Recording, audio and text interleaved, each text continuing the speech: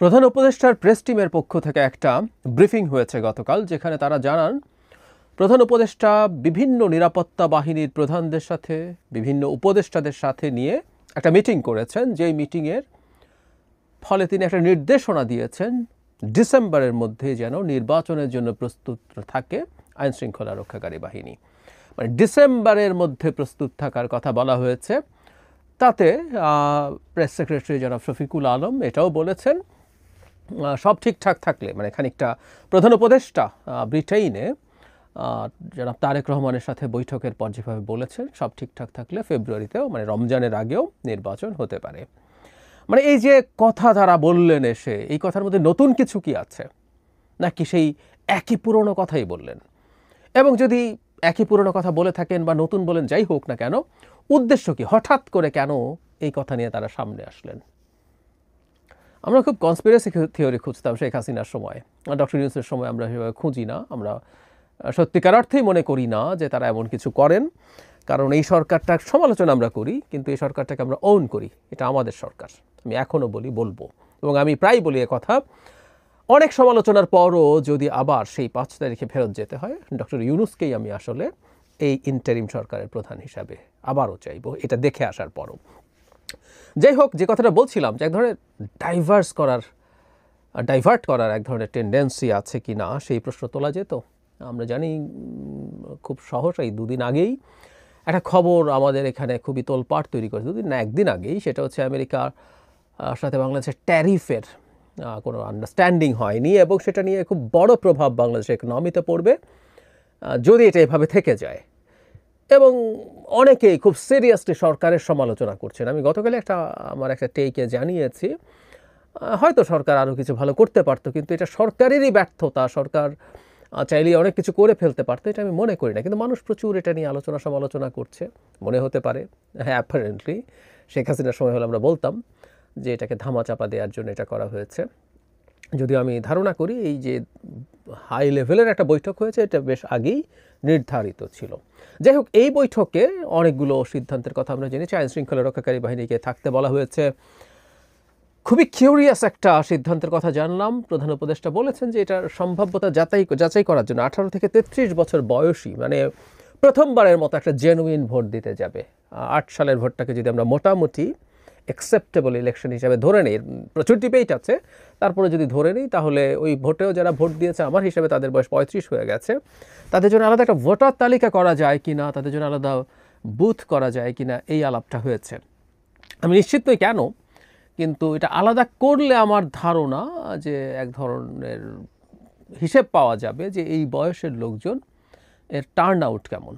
আর এমনি যেটা মানে প্রেস টিমের পক্ষ থেকে বলা হয়েছে যে তাদেরকে রাষ্ট্র একটু আলাদাভাবে দেখতে চায়, যে তারা প্রথমবারের মতো ভোট দিতে এসছে, তাদের সেটাকে রেকগনাইজ করা, তাদের সেটাকে সার্ভ করার জন্য।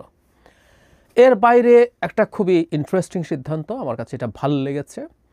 সেটা হলো নির্বাচনের আগে ডিসিএসপি যে পরিবর্তন হবে সেটা র্যান্ডমলি লটারির মাধ্যমে হবে। It's a very good decision. এটা নিয়ে আসলে কারো আর কোনো রকম কোনো তর্ক বিতর্কের সুযোগ থাকবে না। তার পছন্দের তদবির ইত্যাদি ইত্যাদি চলবে না। It's a very good decision. আরও ভালো সিদ্ধান্তের কথা জানানো হয়েছে। পুলিশের বডি ক্যাম থাকার কথা বলা হয়েছে। সবগুলো কেন্দ্র সিসি ক্যামেরার আওতায় আনার কথা বলা হয়েছে। এটা অবশ্য বিরাট কাজ। 45,000-এর মতো কেন্দ্র আছে, প্রতি কেন্দ্রে কয়টা করে থাকবে জানি না।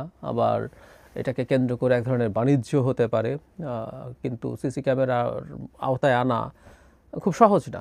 এখন কতগুলো আনবে, বুথ আনবে নাকি, অনেক কিছু, যাই হোক আমরা জানি না, কিন্তু সেগুলো ভালো মতো মনিটরিং করার জন্য ট্রেনিংয়ের কথা বলা হচ্ছে।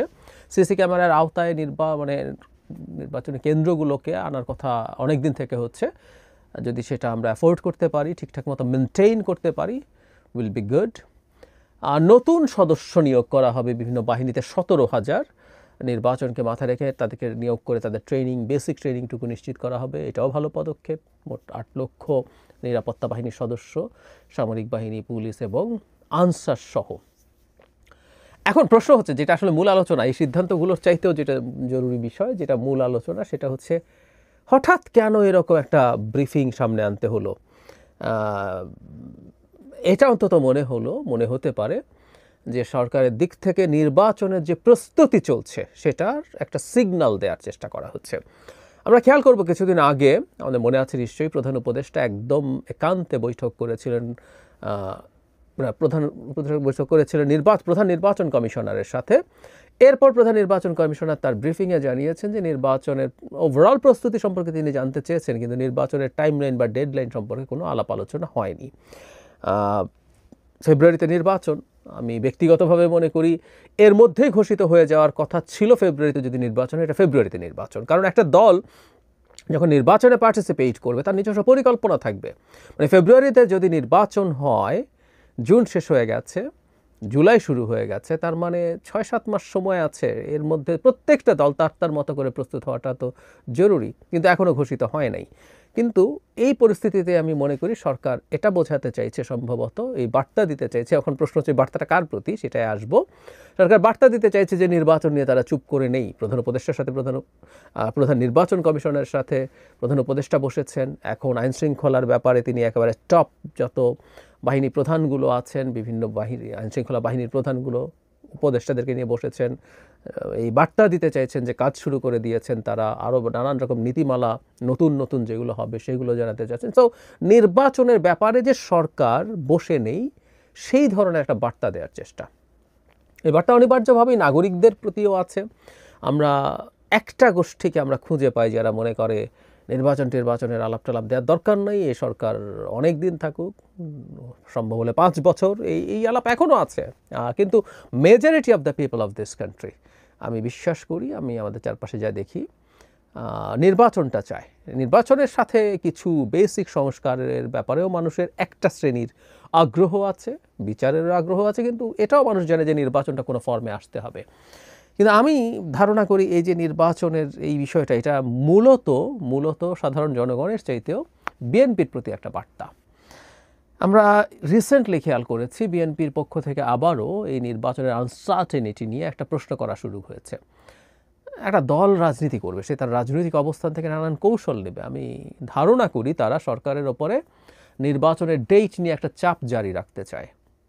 সেটা করতে পারে, কিন্তু মাঠে যে একেবারেই কোনো রকম কোনো আলামত নেই নির্বাচন পিছিয়ে যাওয়ার বা পিছিয়ে দেওয়ার, সেটাও না। মাঠে কিছু কিছু সাইন আর সিগন্যাল তো আছেই। যেমন আমরা যদি খেয়াল করি,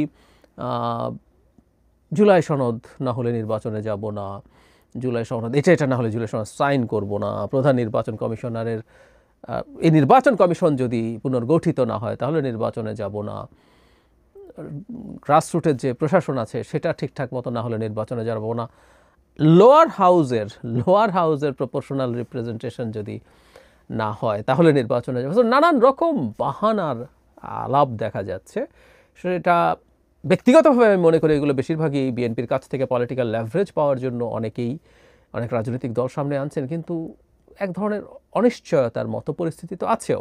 সুতরাং বিএনপি সেখানে দাঁড়িয়ে যদি অনিশ্চয়তায় পড়ে, এবং অলরেডি এই আলাপ বিএনপির পক্ষ থেকে হয়েছে, তো আমি ধারণা করি এই যে আইনশৃঙ্খলা রক্ষার বিষয়টা এবং যে বার্তা দেওয়া হয়েছে সরকারের পক্ষ থেকে, এটা মূলত বিএনপির উদ্দেশ্যে, বিএনপিকে খানিকটা সান্ত্বনা দেয়া।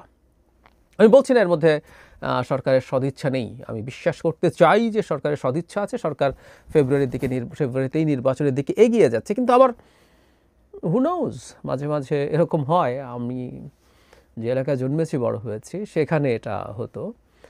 তখন খুবই বাজে ধরনের বাস থাকতো। মানে আমি রাঙামাটি জেলার চন্দ্রঘোনায় জন্মেছি, বড় হয়েছি। তো ওখান থেকে চিটাগংয়ের কতগুলো বাস ছিল রীতিমতো কাঠ দিয়ে তৈরি করা, এগুলোকে মুড়ির টিন বলা হতো, পিকুলিয়ার একটা শেপের বাস। ওই বাসগুলোর ক্ষেত্রে এটা হতো প্রথম খুব ছোটোবেলায় মনে আছে। ওই বাসগুলো স্টার্ট দিত, প্রথম বন্ধ থাকতো, লোকজন যখন উঠতো, মানুষজন অনেক হয়ে গেছে, কোনো অবস্থা নেই, তারপর লোকজন শোরগোল করলে একটু স্টার্ট দেয়, আবার স্টার্ট বন্ধ করে। লোকজন স্টার্ট দেখে মনে করছে যে না, বাস এটা চলবে এবার, কিন্তু না, চলে না। তারপর স্টার্ট দিয়ে আবার একটু নড়ে, বাসটা একটু সামনে নিয়ে যায়, আবার একটু পেছনে আসে, এরকম নড়াচড়া করতে করতে মানুষকে খানিকটা স্বস্তি দেওয়ার জন্য, যে বাস ছাড়বে, খানিকটা সান্ত্বনা দেওয়ার জন্য আমি আশা করি সেই লোকাল বাসের গল্পটা এখানে হচ্ছে না। আমি বিশ্বাস করতে চাই সেটা। সরকার বিএনপিকে যদি পজিটিভলিও, আন্তরিক ইচ্ছা থেকেও সান্ত্বনা দিতে চায় যে হ্যাঁ, আমরা নির্বাচনের পথে আছি, ডোন্ট গেট টেন্সড, সেটাও ভালো কথা। যদিও এই যে ব্রিফিং হলো, এর মধ্যে একদমই নতুন কিছু হয় নাই। আইনশৃঙ্খলা রক্ষাকারী বাহিনীর সাথে সরকার বসবে, নির্বাচন নিয়ে ডিসিএসপি তারা চেঞ্জ করার জন্য আলাপ আলোচনা করবে। এটা খুবই বেসিক কাজ, একটা নতুন আইডিয়া, ইটস অ্যাপ্রিসিয়েবল। লটারির মাধ্যমে হবে, কোনো কিছু তো নতুন না। সিসি ক্যামেরা বা যা যা দিতে চান তারা, এগুলো সব নির্বাচনে নতুন করে যুক্ত হলেও এটা নির্বাচনের প্রস্তুতির অংশ। সুতরাং এমন কোনো নতুন কথা নেই, বরং ফেব্রুয়ারিতে নির্বাচন সেই আনসার্টেনভাবেই বলা হয়েছে। তারপরও এই কথাগুলো মাঠে আসাকে আমি মোটা দাগে পজিটিভলি দেখি, আবার খুব ওভার এস্টিমেটও করি। এটা অনেক বাড়াবাড়ি কিছু হয়ে গেছে, এটার জন্য ফেব্রুয়ারিতে নির্বাচন শতভাগ নিশ্চিতভাবে আমরা এগিয়ে যাচ্ছি, এভাবেও এটাকে রিড করা ঠিক হবে না। খানিকটা সংশয় রেখেই আমরা এটাকে সাধুবাদ জানাই। একটা কথা আমি প্রায় বলি, আমাদের সামনের সময়টা এতই টাফ, এতই ভাইটাল, যে জিনিসটার খারাপ ক্ষেত্রে, যে জিনিসটার প্রবাবিলিটি খুব কমও, সেই ক্ষেত্রেও আমার মনে হয় আমাদের স্বাভাবিক যে সেন্সিটিভিটি থাকা দরকার, আমাদের এই বিশেষ পরিস্থিতিতে সেন্সিটিভিটির ইন্টেন্সিটি, তার সেন্সিটিভিটির শক্তি, তীব্রতা অন্য সাধারণ সময়ের চেয়ে অনেক বেশি হওয়া উচিত। সুতরাং কারো কারো মনে হতে পারে আমরা এটাকে নিয়ে অনেক বেশি শোরগোল কেন করছি। আমি মনে করি এই সময় এটা করা জরুরি।